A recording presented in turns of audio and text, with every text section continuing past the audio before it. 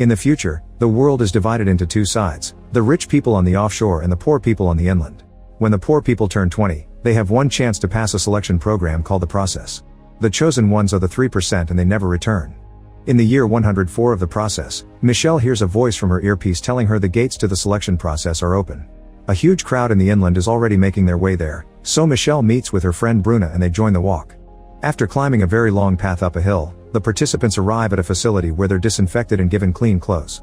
Then Ezekiel appears to explain that only 3% of them will be chosen to go to the offshore, where the founding couple created the perfect world. He also mentions there are rebel groups that want to destroy the system, but he swears they'll never win. Ezekiel talks directly to some participants using their names as a form of manipulation and makes everyone chant words of gratitude for the process. While the candidates are directed to the interview rooms, Ezekiel meets with Aline, who he doesn't recognize. She explains she was sent to do a routine evaluation of the process, which was a last-minute decision. After checking her identity, he goes to complain to council member Nair, who reminds him this year's process is important than usual because for the first time in 100 years, someone was murdered offshore. Since Ezekiel chooses who will live there, the community blames him for sending a murderer and other council members want to replace him. After the call is over, Ezekiel puts his head in water until he can't take it anymore. The participants are being asked all kinds of questions. Some are riddles to test intelligence, others are as more personal questions about things like their hygiene habits or their personal beliefs. A girl is too nervous and can barely put two words together, so she's eliminated on the spot. A boy gives lots of confident answers, but interviewer Denise can tell it's all memorized stuff with no actual personality or originality and kicks the boy out too. The guy protests so much that he has to be dragged out by force. Michelle is asked if she knows anyone who made it through the process and answers her boyfriend, swearing she doesn't want to pass only because of him. However, she still wears the necklace he gave her, so the interviewer dares her to take it off to prove she wants to go offshore for herself. After she does so, the man tells her she did the right thing because her boyfriend's profile says he's dead. Back to Ezekiel, he's called by Kasha because they've caught a member of the rebel group known as the Cause. The man is getting tortured for information and he reveals one of the selected participants is part of his group, but he doesn't say whom. While the approved candidates move to the next stage, the angry loser jumps off a balcony to self-delete. The facility workers immediately take the body away and tell the selected group not to worry. Next, all the candidates are scanned to check their registration. Joanna notices that Raphael has a fake registration, but the scanner approves him and he passes to next test. The candidates are given a pile of blocks and 3 minutes to assemble as many cubes as possible. They expect a minimum of 9 and fewer will result in elimination. When the test begins, many participants just grab a bunch of pieces for themselves, but Michelle notices that Fernando is struggling to reach because of his wheelchair and she pulls blocks over for him. Everyone builds quickly, however many people start panicking when the time is about to run out. Raphael only has 8, so he steals one from his neighbor and the guy gets eliminated instead. Michelle only has 8 too, but Fernando arranges her 8 cubes into one larger cube to make it 9, so she passes. Joanna also passes because she's built 11. During the lunch break, everyone judges Raphael for being a cheater. He starts ranting and approaches a big guy to annoy him, causing the man to start beating him up. Soon other candidates join the beating, but Marco feels bad and makes them stop. After Raphael gets up, Joanna points out he took the beating to get sympathy and asks for an alliance, saying that if he betrays her, she'll reveal that he faked his registration. In the meantime, Ezekiel meets with Denise. He doesn't blame her for the candidate's death, but he still pushes her head in a bowl of water, ignoring Aline's protests. When he takes her out, he explains he does that to himself as a reminder that what they do is life and death. Denise leaves after saying she understands, only to returns a moment later to thank Ezekiel for everything. At that moment, Kasha tells Ezekiel they have a lead. Michelle and Bruna are pulled away from lunch and taken to Kasha. She covers their eyes with a black compound and leads them into a room, where she removes the compound and tells them about the mole. Their intel says this mole lives on the same block as the girls, meaning one of them must be the rebel. The girls swear it's not them, so Kasha gives them 3 minutes to confess or she'll kill them both. After Kasha leaves the room, the girls have an argument since they both keep on swearing they aren't a rebel. In the end, they agree to attack Kasha to escape. Then Michelle starts remembering all the training she received with the rebels.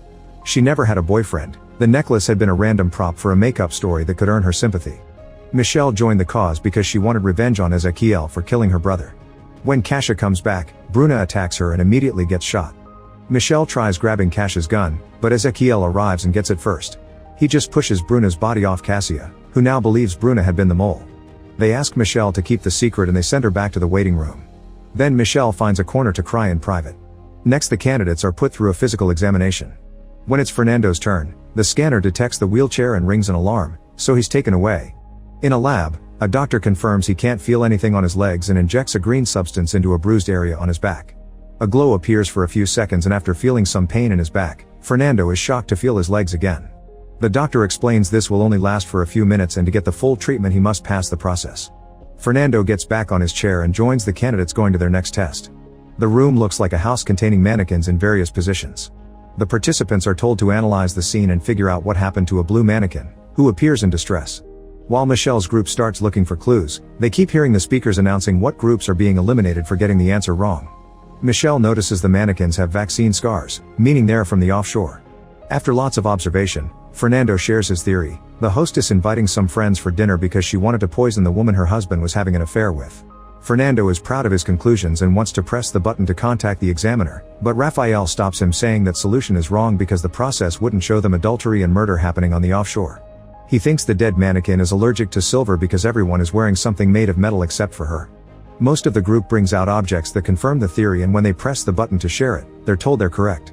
Everyone in Michelle's group passes except for a boy who did nothing to help. During another break, Joanna brings Lucas to the bathroom so they can get dirty inside a stall, not knowing there's another candidate that can hear them. Meanwhile, Aline notices Ezequiel leaving the building.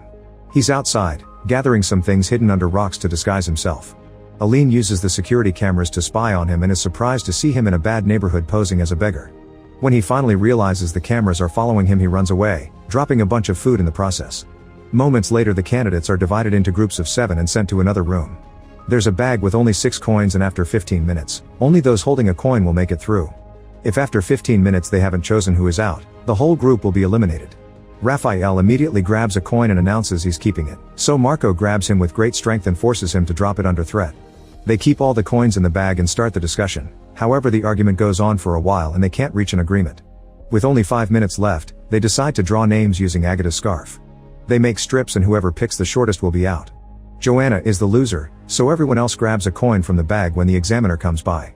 Yet when Lucas reaches in, he finds the bag empty. It turns out Joanna hid a coin all along, and now she leaves with the winners while he's kicked out. Afterward, all the candidates insert their coins in a machine to receive drinks except for Joanna, who keeps remembering how men in her neighborhood used to beat her up on the streets. When Ezequiel comes back, he checks the cameras to find himself and runs the facial recognition software, but it comes up with no match. Then he sticks his face in water. Later, Aline sends the footage to Mateus, the council member who wants to bring Ezequiel down. He orders Aline to find out what Ezequiel is hiding. At the same time, Nair informs Ezequiel that Aline is working for Mateus, so he should be careful. For the next test, candidates are called a group at the time instead of being all tested together. Those left in the waiting room watch the eliminated participants left with wet pants. Denise calls Michelle's group and explains they have to cross the tunnel as a group in 5 minutes. Inside the tunnel, they find a countdown and flickering lights that make it hard to see. Soon they start hearing voices and Fernando sees himself walking again. It turns out there's gas in the tunnel making them hallucinate, and they must overcome their paranoia to get out.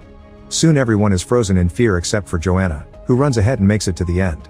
However, when she asks to be let out, she's reminded that the whole group must be at the door at the same time.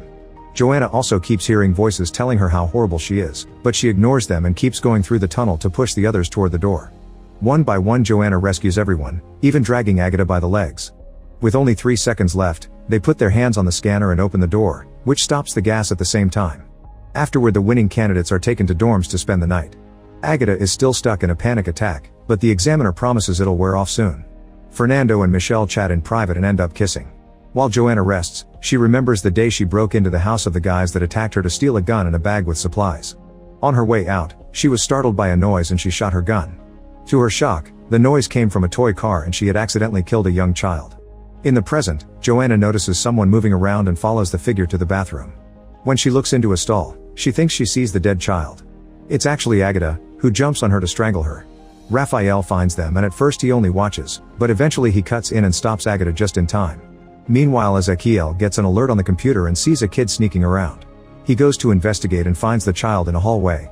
His name is Augusto and he's there because he's hungry. After making sure to delete the footage with Augusto's face, Ezequiel takes him to his room to share dinner.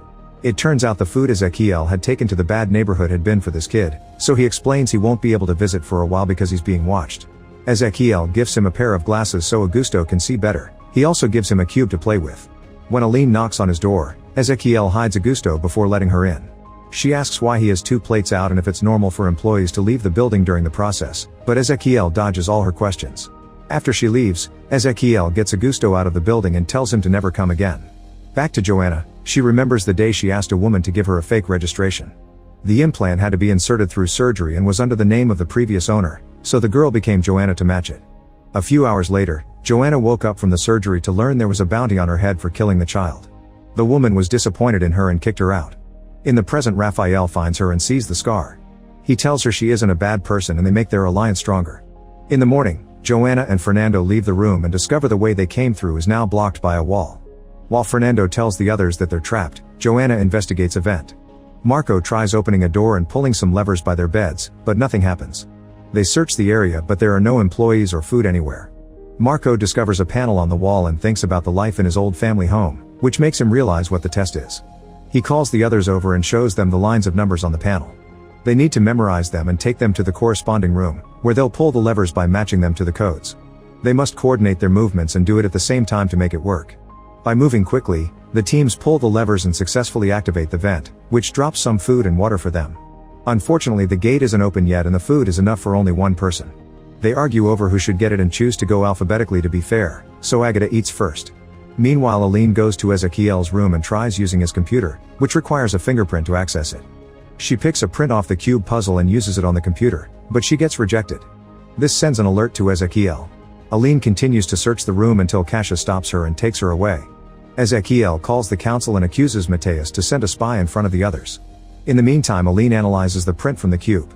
Back to the candidates. Every time they solve a series of numbers, the vent gives them more food and the panel resets with another quiz. The team keeps working together without issues and eventually everyone eats something, so nobody is disqualified. Ezequiel refuses to let everyone pass and decides to make a few changes. The candidates keep on working but the next 10 times they solve the panel, no food is dropped and the group is getting exhausted. An argument ensues and they decide to go to bed for now, ignoring Marco's pleas to keep going. Agata stays to keep staring at the panel, obsessing over the numbers. At that moment a bunch of food falls and the candidates run to get some as they push each other. Michelle raises her voice to stop them so they can divide the packets fairly. Marco realizes all this food means the test has changed and they need to find a way to get out. The strongest candidates break some beds and use the pieces to try to force the door open. After lots of effort, they manage to open it wide enough to put a metal bar to hold it. However, the bar is starting to bend and everyone worries about getting crushed, so Raphael crosses first.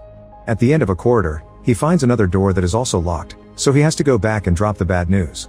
The working team has finished all their food because of the exhaustion, so Marco guides them to try to get food from the others. When a guy refuses, Marco gets so aggressive that he almost kills him, forcing him to hand over the food. Then Marco guides his group to steal the food from every room, sometimes making some candidates hide in tight spaces to keep order. A flashback shows he comes from a family who always won the process and moved to the offshore after letting a child behind to carry on the legacy. Marco also left a pregnant woman before joining and thinks he's some kind of elite. Fernando sees all this from afar and moves ahead to warn the other rooms. Joanna keeps searching the area and finds Agata unconscious on the floor, so she takes her shoes. Putting them on her hands, Joanna begins to climb through the vent, only to find Ezequiel waiting at the end. While Michelle, Fernando, and a few others build a barricade, Ezequiel tells Joanna that they did pass the first half of the test, but the point is to teach them the world isn't fair so they'll show their true colors. The gang continues to go after the food and Marco hits a woman with a metal bar, which makes even his own group uncomfortable. Raphael realizes the girl is dead and calls Marco out, but when he tries to punch him the gang stops him. Now Raphael has no choice but to run, and eventually he reaches the barricade. At first the others don't want to let him in, but after he whispers something in Michelle's ears, she lets him pass. Meanwhile, Ezequiel tells Joanna that the candidates started this and they must end it. He also offers some food, but if she eats it she'll be eliminated. He wants her to go back in, finish the test, and prove she deserves better. While Marco's gang breaks the first barricade, Joanna goes back and knocks out a guard with a metal bar. Then she brings out the people Marco had isolated and guides them on a counterattack. A huge fight ensues with the candidates punching and kicking each other all over the place, but Marco's gang still goes down first. Suddenly Joanna yells to make them stop and